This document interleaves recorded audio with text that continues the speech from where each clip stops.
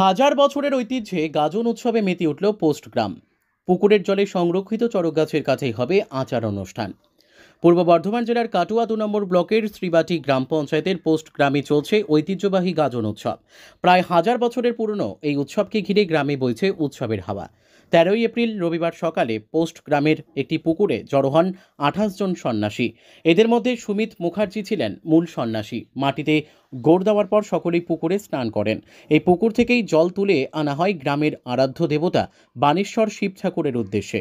সবচেয়ে আকর্ষণীয় অংশ হল পুকুরে সংরক্ষিত চড়ক গাছের কাঠ। এই কাঠ সারা বছর জলে থেকেই গাজনের সময় তুলে আনা হয় চড়কতলায়।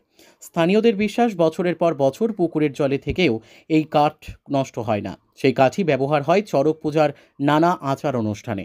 গাজন উৎসবে গ্রামে বসেছে মেলা, থাকছে নানা ধরনের সাংস্কৃতিক অনুষ্ঠানও। গাজন উৎসবকে কেন্দ্র করে আনন্দে মেতে উঠেছেন গ্রামবাসীরা। দূর দূরান্ত থেকেও বহু মানুষ এই বিশেষ অনুষ্ঠান দেখতে ভিড় করছেন পোস্ট গ্রামে।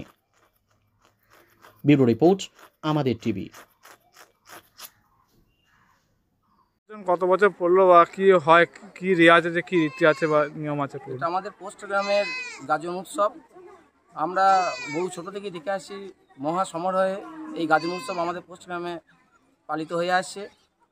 প্রায় হাজার বছরের উপর ধরে এই গাজন উৎসব হচ্ছে অত্যন্ত ধুমধামের সঙ্গে। গত ২৪-২৩ তারিখে দিনরাত গত করে ভোরে আমাদের শিব আসে গ্রাম ঘুরে মশালের আলোর সহকারে, এবং সেই দিন থেকে ৩ দিন ধরে পুজো হয়। এবং ২৭ তারিখে আমাদের কামানের পরের দিন হব্বিসির পরের দিন ফল, এবং আজকে যথাক্রমে নীল। এবং আগামী দিন শিবের আমাদের চড়ক যে উঠল, ওখানে আপনি দেখলেন, সেই চড়ক উৎসব হবে এবং চড়কের সব সন্ন্যাসীরা পাক খাবে।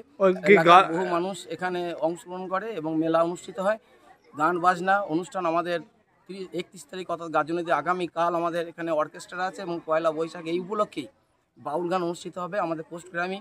এবং আমাদের এখানে পোস্ট গ্রামবাসীদের বহু আত্মীয় স্বজন সমস্ত মানুষ এখানে এসে আমাদের এই আনন্দে সামিল হয়। কি চড়ক গাছটা কি জলেই থাকে? চড়ক গাছটা আমাদের সারা বছরই জলে থাকে। বাবার এমনই মাহাত্ম্য যে কোনো কাঠের কোনো পছন্দ বা কিছু ধরে না। খুব সুন্দরভাবে কাঠ যেমন কাঠ থাকে, মনে হয় যেন জীবন্ত কাঠ জলে ভাসানো হলো। আর ঠাকুরটা কি যে পাথর যে মূর্তিটা উঠলো, যেটা কি ওটা কি জলেই থাকে? হ্যাঁ, না, ওটা আগে গতকাল রাত্রিবেলা আমাদের শিব এখানে জলে দেওয়া হয়, তারপরে আমরা এখানে তোলা হয়। এটাই ঐতিহ্য এবং এটাই নিয়ম।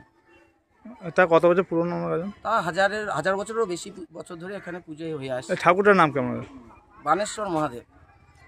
আপনার নাম? আমার নাম সুমিত মুখার্জি, আমি এই গাজনের প্রধান পুরোহিত।